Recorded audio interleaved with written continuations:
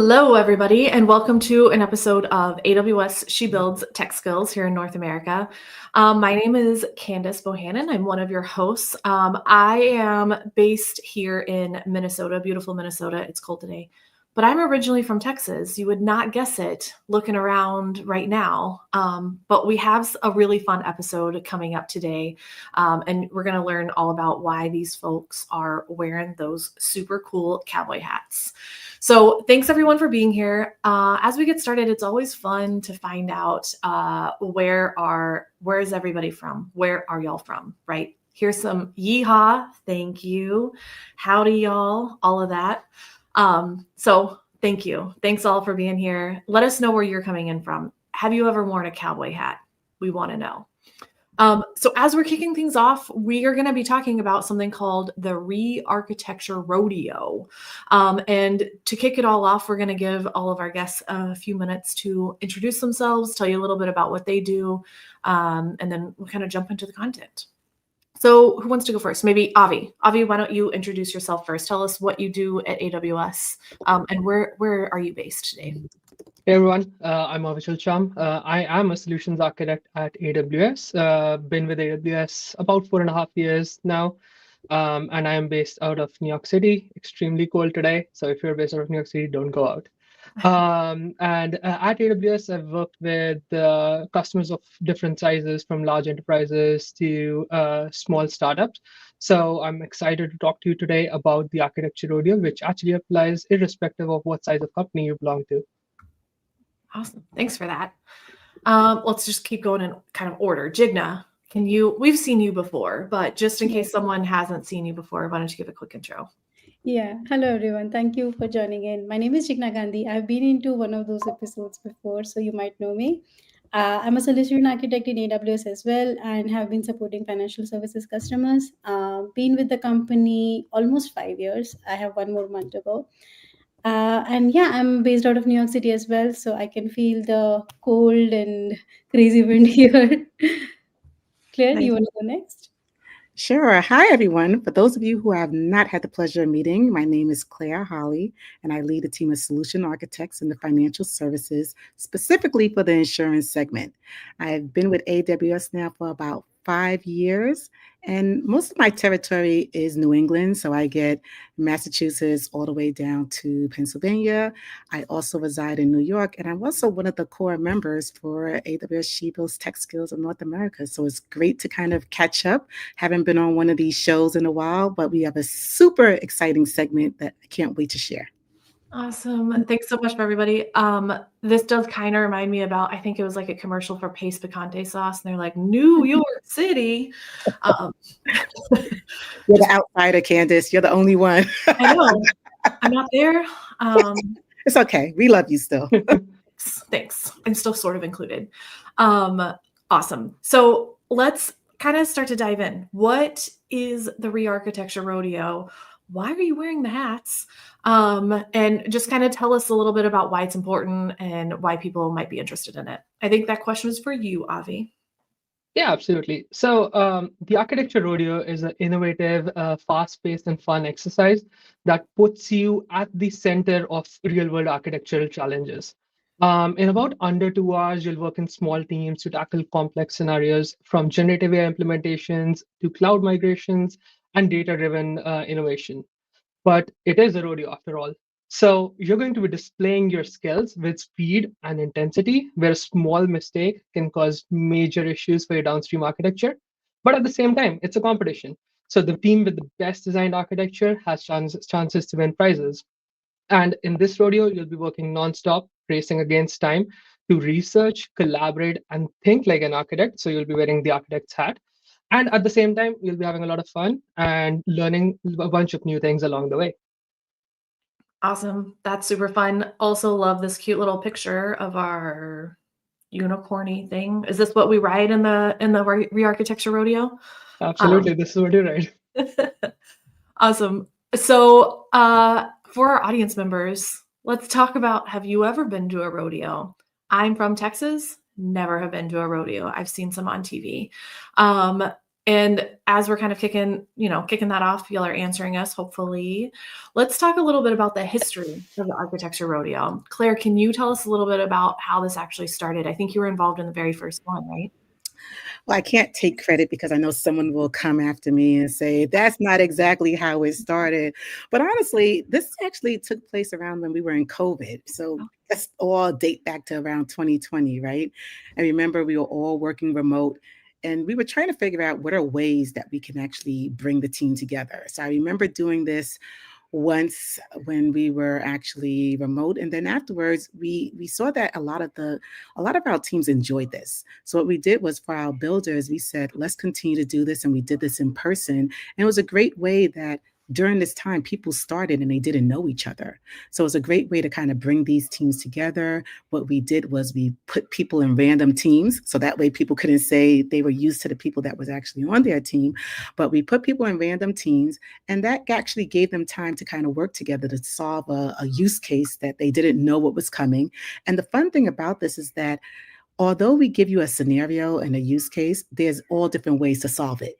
So you really have to think outside the box. You have to think about, are you using AWS well-architected pillars in order to make sure that the solution you provide will actually meet all of the criteria that's in the rubrics? Fun.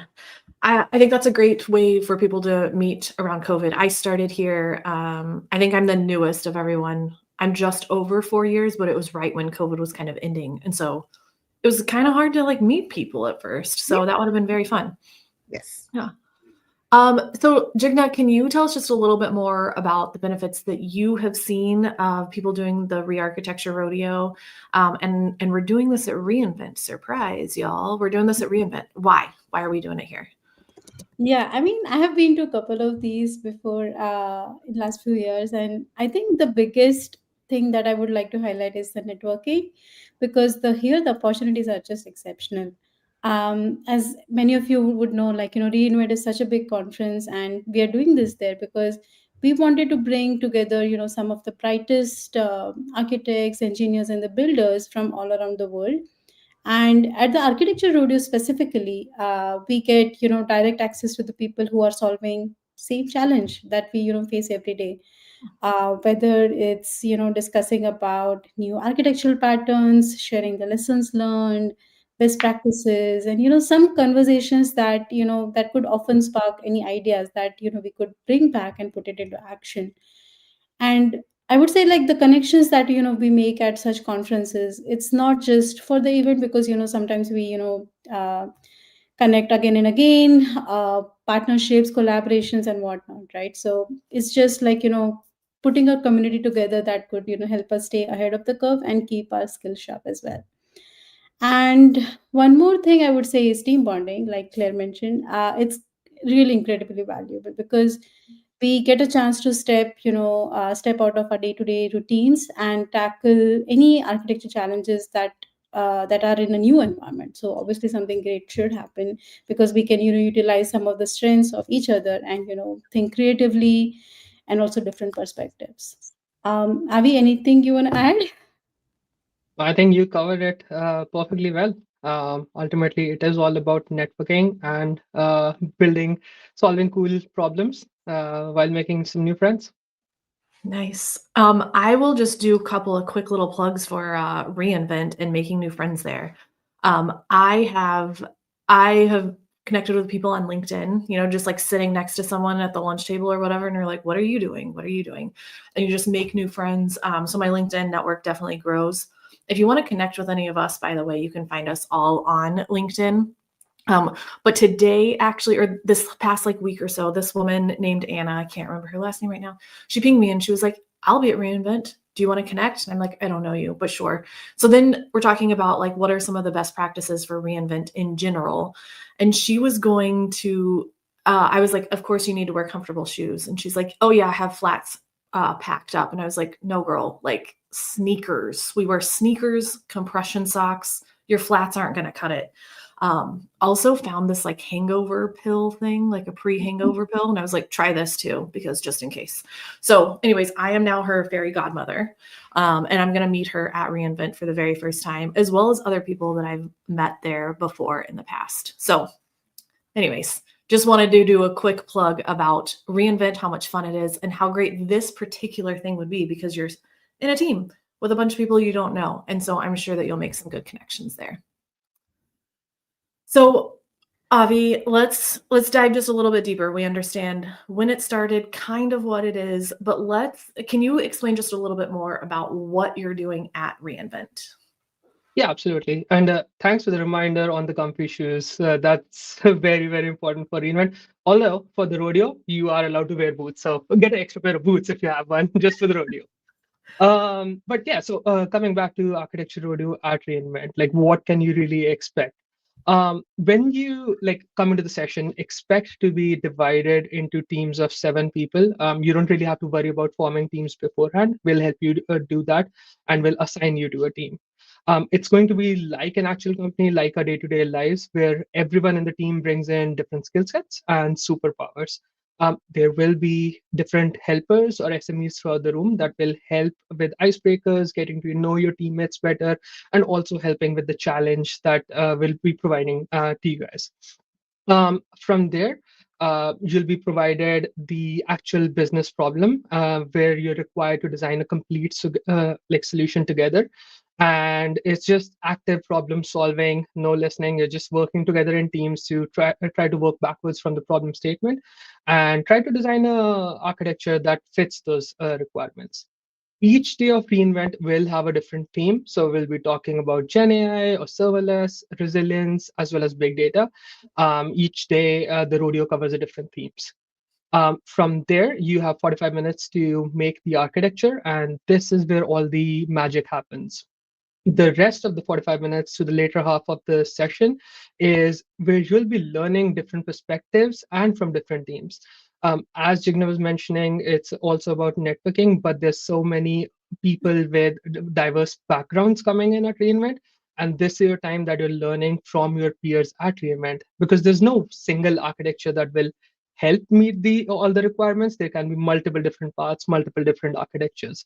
So what your team might have designed might be different than what another team designed, but it's not necessary that one solution is the right answer to solve the requirement. So you can hear what other people are thinking and why they're thinking that. After that, it's the score tallying time. So you all get points assigned based on the architectures you designed, and we'll talk about the rubrics in a bit. But based on the points, we will be announcing the team that is the winner and that had the best architecture that met all the requirements. That actually sounds kind of fun, like nerdy fun. So I think it'll be a great time for our audience members too. Just a quick poll, like who's actually going to reInvent first? Hope you have your comfy shoes and your new hoodie. And of those things, those different scenarios that Avi just kind of went through, GenAI, serverless, resilience, and big data, what do you find most interesting? Like if you're going to go to this, which topic, challenge, what are they called? Which challenge are you most likely to join? So let's talk just a little bit more about, I think I just said the 4, hopefully those are the right 4. Can you tell us just a little bit about something that you've done in the past, like a challenge that you've already actually done, and walk us through the solving it and how that went? Yeah, absolutely. So let's talk about something we did a few months ago at the New York Tech Summit. And I will caveat that this is just a sample scenario. This is not the scenario that will be presented at reInvent. So don't make your architectures in advance thinking that this is what you're going to be building.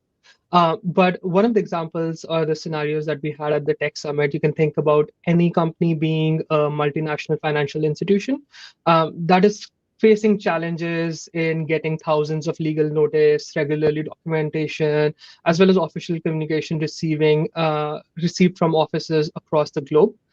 Currently, what they're doing is they are dependent on a team of about 200 plus employees who are manually processing these documents, which obviously causes significant delays as well as inconsistencies and errors in document routing.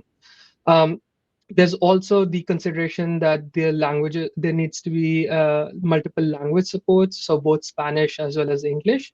And they're coming from various different sources. So you need to collect all that information, process that information, and then also alert based on the urgency.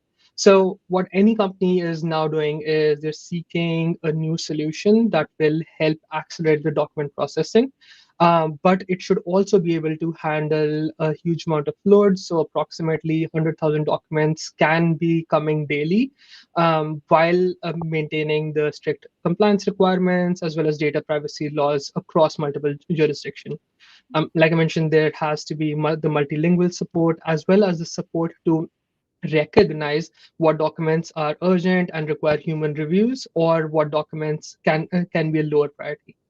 Finally, since it is a financial institution, they're also looking for an audit trail to maintain to see exactly what happened for all of the documents that came in.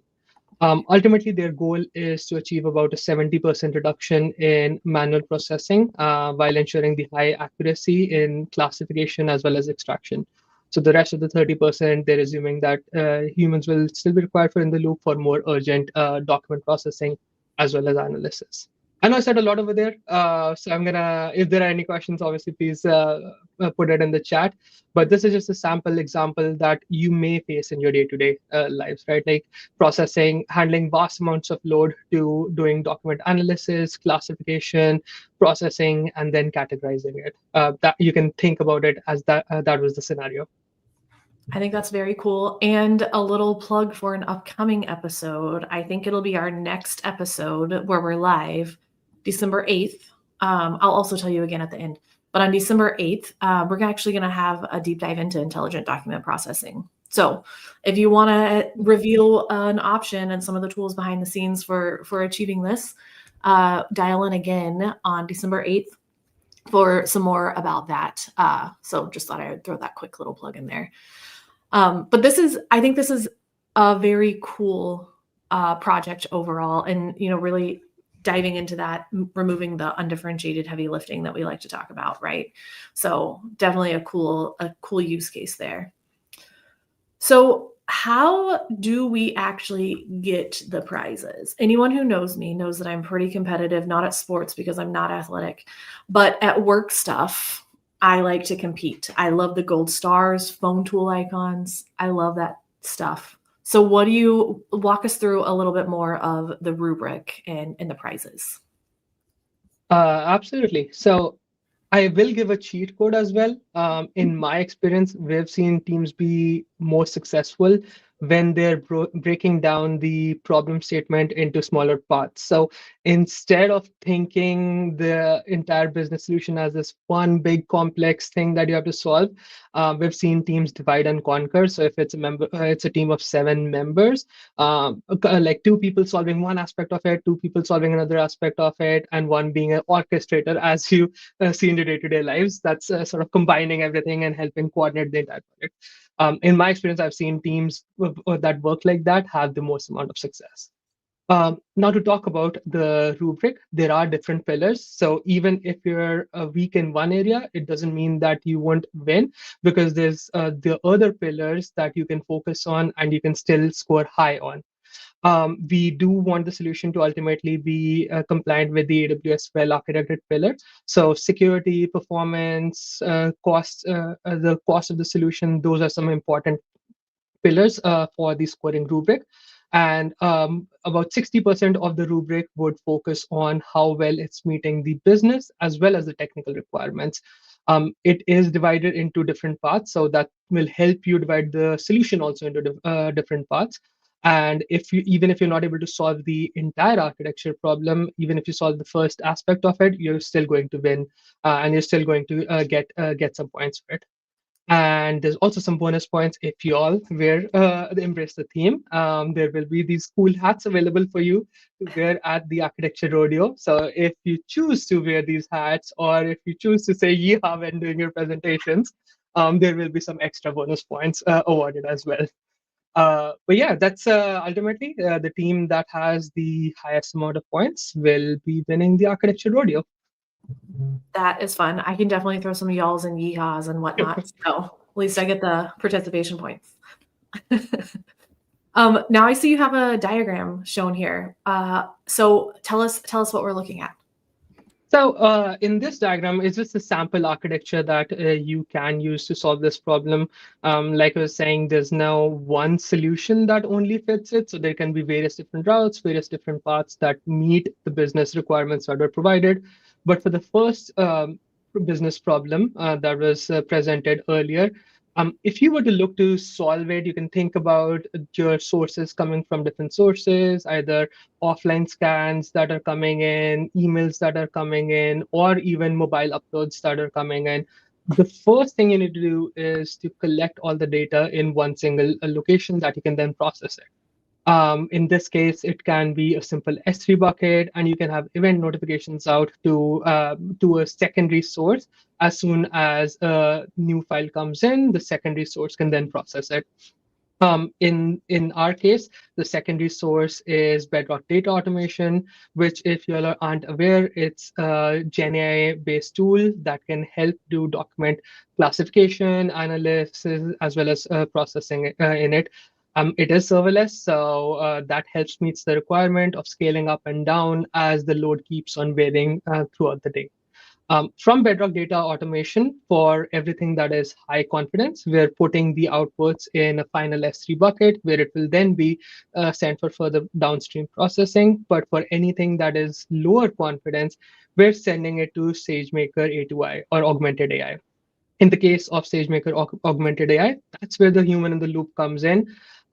Anything that requires manual human intervention, a human can look at the document, classify it, put the required characteristics onto it, and then send it to the ultimate S3 bucket. At the same time, you can also use SageMaker to build a custom model. So anytime they're doing manual human intervention, it can help improve the model that's being built so that in future, the amount of documents that are being sent for manual human intervention keeps on getting reduced. And then, yeah, that's ultimately how there is one way to do the document classification and extraction using Bedrock Data Automation as well as SageMaker A2I. Cool. So when you present this at the rodeo, like you're like, this is my proposed architecture, you just walk people through just like you did and say, here are the options. Do you actually build anything, or we just kind of talk about pros and cons in the architecture? So you're going to be talking about pros and cons, and instead of doing a full presentation, we have very targeted questions that we'll be asking throughout the room, and you're going to be defending your architecture, sort of saying what are the pros of using a particular component. So, as an example, instead of Bedrock Data Automation, there could be people who are using TextRack. So you're sort of stating why you're using one versus another solution, how it helps meets the business requirements. And those questions that we're asking will also be tied to the exact rubric that will be presented to participants at the rodeo. So they know exactly what we're looking for. Cool. Awesome. So then, let's see. So what we do have a question from the audience that we can pull up really quickly. When and where is the session at reInvent? I feel like we had something for that QR code or something. Yes, we do. I think we can pull that up where they'll be able to see the location. Right now, sessions are full, but we are taking walk-ups. So please scan this QR code so that way you can have the information and you'll be able to join maybe hopefully one of the sessions, which we're actually going to go into a little bit more. We can't go too far in depth, but we want to kind of highlight that way you guys kind of know a little bit more about what you're getting yourself into. Yeah. So which one are we going to dive into first? I mean, maybe Jigna, why don't you talk a little bit about the big data one? Yeah, sure. I mean, so one of the theme we have for Architecture Rodeo is big data. So it's basically a theme for exploring, what are the more modern patterns for, let's say, streaming data or data lakes or, analytic workloads or machine learning integration and governance, all in like a collaborative environment, like what Avi mentioned. But to give you a sense of what it could look like, I can share maybe one of the example scenarios I've seen before. So imagine a company that wants to deliver, let's say, personalized experience for their customers, utilizing the power of data, and obviously adding true real time insights platform. So in the rodeo, what you will be presented will be this some kind of a use case, and your team could be challenged to design an architecture to make that possible. So you need to figure out how to ingest millions of events per minute from different channels. You could decide how to process clickstream events or transaction data in real time. You would think about how to store both raw and process data in a scalable data lake kind of a fashion. And then once you have all your data and everything processed, maybe how you can enable machine learning models to generate recommendations, how you could ensure strong governance, cost efficiency, and obviously deliver like sub-second sort of analytics for the business. So this is what it could look like, different scenarios and different requirements that you would add on top of your data platform, let's say for this big data theme. And as Avi mentioned, the final deliverable would be an end-to-end architecture that you will present, which would be complete with your decisions, the trade-off that you made, and how your design meets the company's requirements. Cool. I do see that we got a question about a previous one, or this one that we have actually pulled up right now. So let's pull up Lion Artist's question here. So Avi, since you kind of were talking about the IDP stuff, the intelligent document processing, does this handle multimodal data? So like both text and images, PDFs, all that sort of stuff. Yep. So the Bedrock BDA is specifically designed to handle multimodal data, and not just text and PDF. It can do images like PNG, JPEG, but even more than that, it can also process audio and video files. So in the true sense, it does handle multimodal data processing, where like all the outputs are then provided either as a JSON or in specific formats that you're required that you're looking for. And it also does support RAG integration. Sweet. That's very cool. I could imagine like if someone calls in on the phone and you want to have that audio file dropped in. That's very cool. Yep. Exactly. Okay. Anything else from the audience? Here's one question. I think about how we do reinvent marketing. Did you support a marketing for various events on various portals? So what I think that's asking, we do have an AWS events app, as well as a website that you can go to. I think that's what he's asking right there. Any other thoughts about what that might mean? Want to add anything, guys? Okay. Yeah, I think that's right. We also advertise, like on, I don't know, the regular places, LinkedIn and whatnot. Yeah, I was going to share that too, Candice. We advertise on LinkedIn, so that'll be another place where you'll see us. Again, make sure that you capture all of our LinkedIn information because we'll definitely be advertising as we continue getting closer to the event. Yeah. Cool. Okay, so we talked about, we dove deep into IDP. Jigna told us about big data, some hints for what that big data challenge might be. What else? Serverless? What are some of the other challenges? We have serverless resilience. So I'll be whichever one you want to tackle first. Yeah, let's talk about resilience one. In the resilience one, you can think about a similar like a financial firm that's looking to process the loan processing system, but you can assume that they're facing outages during peak periods when when the processing is getting significantly high. So they're looking to build a solution that can improve like high uptime. Let's assume 3 nines of uptime, as well as have failover across multiple regions and be able to handle the load. So something that I think most of us deal in our day-to-day lives is resilience. We want a solution to be highly available, but at the same time, a lot of times it comes at a cost factor as well. So how do you balance both of those factors? You don't want to be spending millions of dollars to have a solution that's up all the time, but you don't have a lot of users for that solution, right? So that's what the resilience scenario talks about, and all the different patterns that you can utilize in the solution.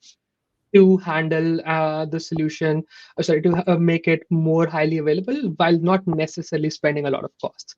And then also, how do you handle from a business point of view, disaster recovery and business continuity? In terms of the serverless one, let's just again assume the financial services provider again.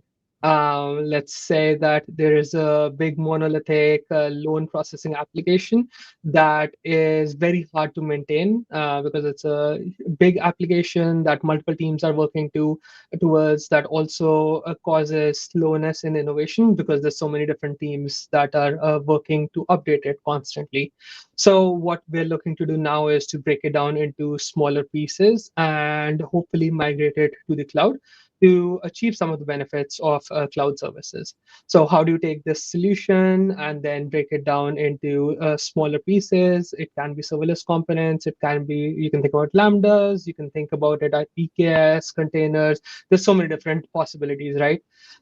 Similarly for the database, making it serverless or hosting it in a different way. So those are some of the decisions that you'll have to make, as well as helping improve the deployment velocity by developing CI/CD pipelines, as well as helping teams innovate a lot faster by giving them access to individually deploy those different components.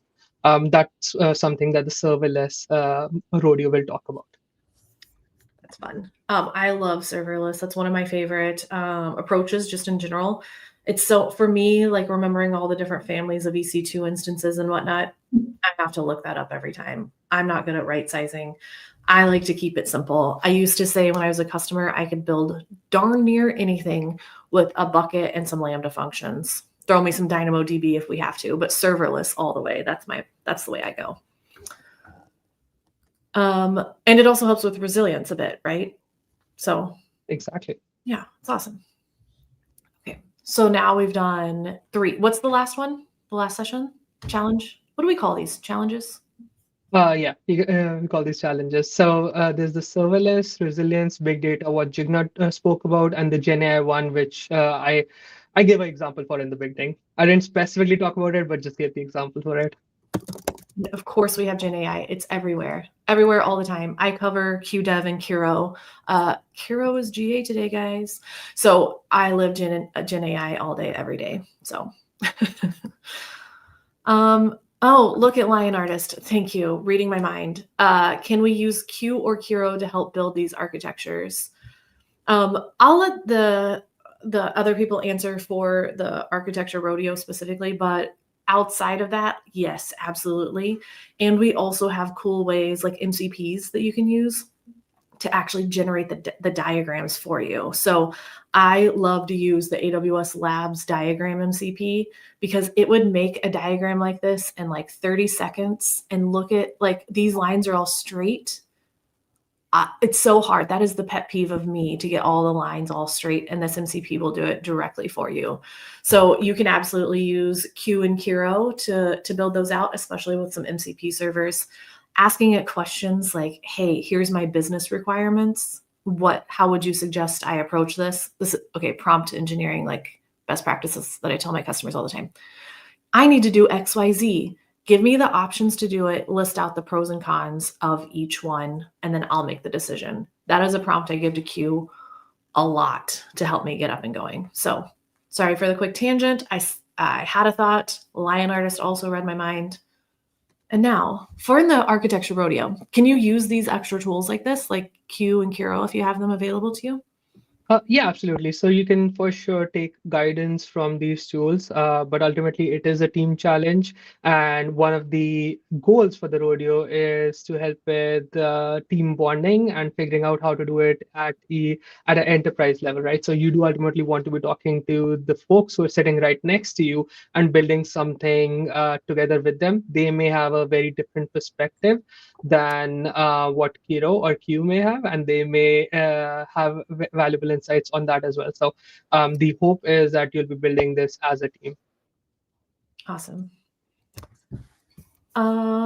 Cool. So let me see another question. Looks like the QR code is working now. So for any viewers, you should be able to update the QR code so that way you can see the different events that we're having for Architecture Rodeo. Awesome. And I think I saw that B-Dubs also put in a link for those of you who want to kind of see how it is. If you just search Rodeo within the catalog, you should be able to find it there as well. Let's see. Oh, Lion Artist, I'll come back to you in just one second. Let me make sure that we, I answer Q and Kiro questions all day. The rest of my day is going to be so busy. The rest of my week is going to be so busy. So we'll come back to that.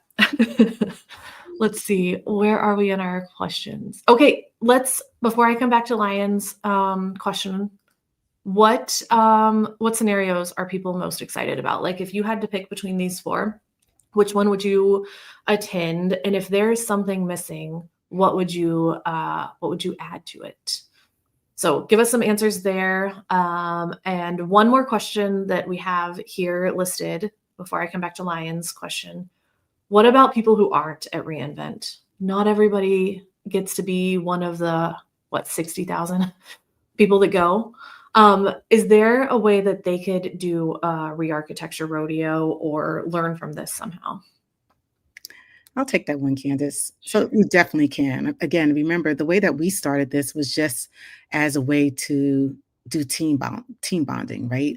Have people connect because people were saying they're not able, they don't feel like they're part of the culture. They were saying that, we like to do something to bring people together. They're not being able to meet people just because of the circumstances. This is something that you can actually create right at your office. I mean, honestly, we're happy to kind of go over how we did this and everything and kind of share with you guys. But really, you're coming up with different use cases. Like even maybe you're seeing something in your own business that you can actually help. I mean, I specifically work in insurance. So for us, summarization is a big thing for us, right? How can you summarize, underwriting, all these different type of concepts. So it's really, you can think about what are some of these use cases that you see within your company and then come up with a architecture rodeo to have people solve it and get together. Another thing is colleges. A lot of companies are seeing how can they make an impact. They want to kind of tell colleges and universities that, hey, we're doing a lot of innovating things. So this may be a way for you to kind of partner with colleges to kind of bring this to them and maybe put it in towards a hackathon type of format, right? We're seeing, we've done that recently with several different colleges. We've had companies sponsor it as well. And then another thing is just high school students, right? We're trying to build that next generation and have kids excited about STEM. What better way is to have your company kind of do this at maybe a high school or middle school and bring it towards them to say, all right, here's a challenge. You can simplify the challenge as much as possible, but keep in mind, this is just another way for you to connect people together. So it's a great networking. It's a great for you to kind of interact amongst your teams, especially if you're globally. Therefore, you can actually do this remotely as well. But it's another way to make a big impact within the community. So if anybody has any questions, please definitely do not hesitate. We are happy to share this information. Awesome. Yeah, I love doing the reach back sort of stuff. I try to participate, go to the local university here and do some presentations from time to time. So when there's those opportunities, it just feels really good. And I think it's important to show what tech looks like, right? So I think that is super fun. Let me answer this question just for a sec because I just can't help not answer this. So the Kiro CLI was released today. With this Kiro updates, Q is there. Q is not leaving you. You still have your best Q friend. He's there. The Kiro CLI is the next update of Q CLI. I got early access to it last week, and it's cool. It's a little bit faster. It's got most of the same features. I think it has all of the same features. Just think of it as the next version of the CLI, of the Kiro CLI is the next version of the Q CLI, so don't be afraid. We're also the Q IDE plugins. They're all there too. We're just trying to give you more choices for how you can use your coding assistants coming at you today. So keep using it. If you'd like to, if you have any specific questions, if you're worried about anything, definitely reach out to your, if you have an account team, like if you work at a company, you probably have an account team. Reach out to your account team at AWS to offer any more questions. And we can kind of get those answers to you, but just have no fear. Hero is just added to our menu of options now. And hopefully you get out there and play with that as well. So I hope you're fine. I hope that's good for you, Lion. Let's see. Any other questions from the audience? Anything that they would be excited to do here at the Architecture Rodeo? Any yeehaws for us? Hats. I like the boots better than the hats personally. I grew up with it, so you know. Mm-hmm. Well, Kandyce, are you going to wear your hat and boots for the No, event? I don't have hats and boots. I'm a Nikes and hoodie girl. I know since you're traveling, you have to make sure you pack minimum. That's true too. Being able to travel with a hat. I think the actual rodeo comes to Las Vegas like right after reInvent, right? It does, yeah. So we are anticipating some people who accidentally were looking for that rodeo, but come to our rodeo because the location is the same too. A little bit different. Bulls or GenAI? What would you pick? Buddy. Okay. Let's see. She is too. Yes, I am too MSP now. I am a Minnesotan. I have Uggs, that sort of thing. Those are my boots. Someone says daisies and boots, like Daisy Dukes. Basically. I thought this is a good question. Lion artist, can you explain the L200 and L300 levels? That is kind of internal to us. So maybe, Jigna, maybe you take that one. And how much AWS knowledge do you need? Yeah, so the session levels are basically like how much basic they go on the topic. So we have level 100, 200, 300, and 400. So 200 you can say like maybe foundational or somewhat basic level. So you should have very basic knowledge of AWS, but not too much, because that type of session covers the topic at the foundation level. So they'll explain you what this service is or what it does or how you could use it. Level 300 is little bit advanced, so you should have some knowledge about that topic, or at least like some other tool that how can you solve a particular use case for that, because it goes little bit advanced, and you should have some knowledge of how it works, so that you can also talk about some of the challenges that you might have, or how you could customize it to for your use case. I was going to say, Jigna, one nice thing, and thank you for explaining that, but one nice thing is that, remember, you're not alone. You're actually on a team. So the nice thing about being on a team is that you guys will come with different levels of expertise. So you're hoping that someone is going to be like a 300 level, right? But if not, you guys can work together. You guys will be able to collaborate. And that's the whole thing about this. It's more of the team building and the knowledge sharing. And that's really the feedback that we get from doing these type of activities, is that this was a great way to bond. It was a great way to learn. And, you do get an opportunity to present as well. So it's fun. Yep. Yeah. Only other thing I'll add over there is, while we don't have level 400 for the rodeo, I know on the reInvent website, there are some sessions for level 400. So more generically, 400 is when you're considered a sort of expert at the service or topic. So you've been hands-on, you've developed certain things with that service, and you know what you're talking about, and you're here to really up your game. So those are sort of the level 400 sessions. But for the rodeo, we have only 200 and 300 level sessions. And I think that's a good level too, because you're trying to pull together a whole set of architectures. You're not like talking about a single service, where it's a little bit easier to be a specific, like an expert in one little thing. So I bet it'd be a lot of fun. And even if you feel like an intro, like your L100, I think that you would still get to learn a lot, and you would still be able to bring something to the table. One little plug, I am also doing a session at reInvent. It's on the Q and Kiro CLI. Maybe we're going to have a name change. We'll see. But it's a level 300. And we're actually going to start where we kind of pull people along. The point that I wanted to make is that you want to start where people can really follow what you're talking about, and then bring them along into the more advanced concepts. So still expect to start at like not necessarily 100. You should have the CLI installed on your computer for my session specifically, but we'll bring you along all the way and talk about actually custom agents. It's one of my favorite things, and how to apply those across the SDLC. So quick plug for my session, DVT 330. I think it's full, but walk-ups are allowed. So Candyce, I didn't realize we were doing shameless plugs. oh yeah. Why I else are we on here? Do you have some? I Go. might as well do my session, right? So we're also doing workforce transformation in the AI era and how customers are leveraging agentic AI to help augment day-to-day job, I shouldn't say day-to-day functionality. So therefore, it's a great session. We kind of talk about how the developer experience is changing, how the workforce is changing, and we also kind of go in and share a little bit about customer use cases, what we've been seeing. So organizational changes. So definitely something to come out. Check us all out. I don't know. Jigna, are you doing something too? Yes, I'm on next on the line to coaching a session.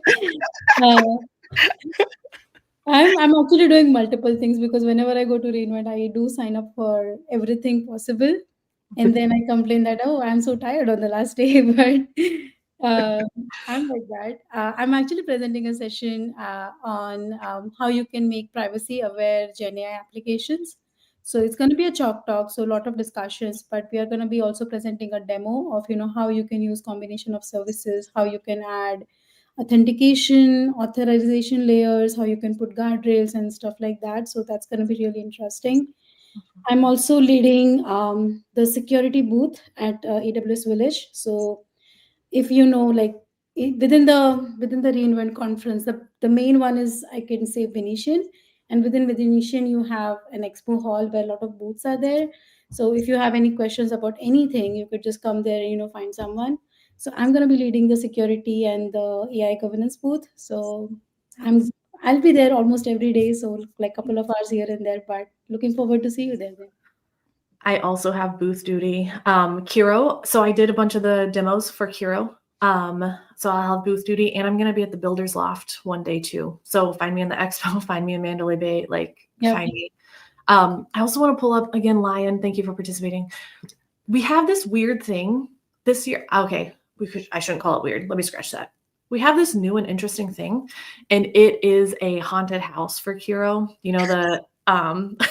The mascot for it is that cute little ghost. And then we have this haunted house sort of thing. I think it's open Sunday to Friday. So check it out. I'm quite intrigued. I'm not working that, but I'm intrigued. I want to know what people think of this. So thanks for that plug, Lion. Awesome. Any other shameless plugs we want to drop in while we're there? No? Compression socks, sneakers. That's what I'm going to tell you. Chapstick. Those are hydrated. Yes. It is the desert. Attend parties. Oh. There are a lot of events every single day on the evening. So make sure you attend at least one of those every day. And you can find the parties at conferenceparties.com/reinvent. So that's where you find the parties. I think last year, Claire and I were real excited about 2 years ago, Ludacris was there. A little pop-up show with Ludacris. What? So just check it out. Keep watching. I think this year I've seen Chainsmokers and a few other bands that are going to be there. Yeah, it's crazy. Good times. Just definitely pace yourself, anyone that's attending. Yes. That's right. Schedule a massage when you get back. Awesome. Well, I think then we're pretty close to the end of the show, unless there's anything else you guys want to add. Anything else y'all want to add about that fancy dancy rodeo? No. Okay. I don't think so. I think we've covered everything. I think really the best thing, if you're able to make it, please come out, have fun, speak to one of us. If you see us, say, I remember you guys from the show. We're happy to talk with you guys and share any insights that we can. So look forward to seeing some of you guys. Yeah, awesome. Well, thank y'all for being on the show today. It's going to be Lion's first reInvent, so try to find us in the crowd of, I think, 60,000 people. Good luck. Pace yourself, Lion, and go to the replay party. So thanks, everyone, for being on the show. I think it was very fun. I think the ReArchitecture Rodeo sounds fun. And our next show, so we're actually not going to be on next week. It's Thanksgiving week in the United States, and so we're just taking it off. And then the following week is reInvent. So it's kind of crazy. We're going to be off for 2 weeks. And then we're back on December 8th doing the intelligent document processing deep dive. So that one should be pretty good. And then after that, I think it's something about S3. I can't quite remember the December 15th show. But keep watching us. We're here at the same time, same day here on Twitch as well as YouTube. And thanks so much, everyone, for being here. Hope you learned something and hope to see you at reInvent. Yeah. Thank you.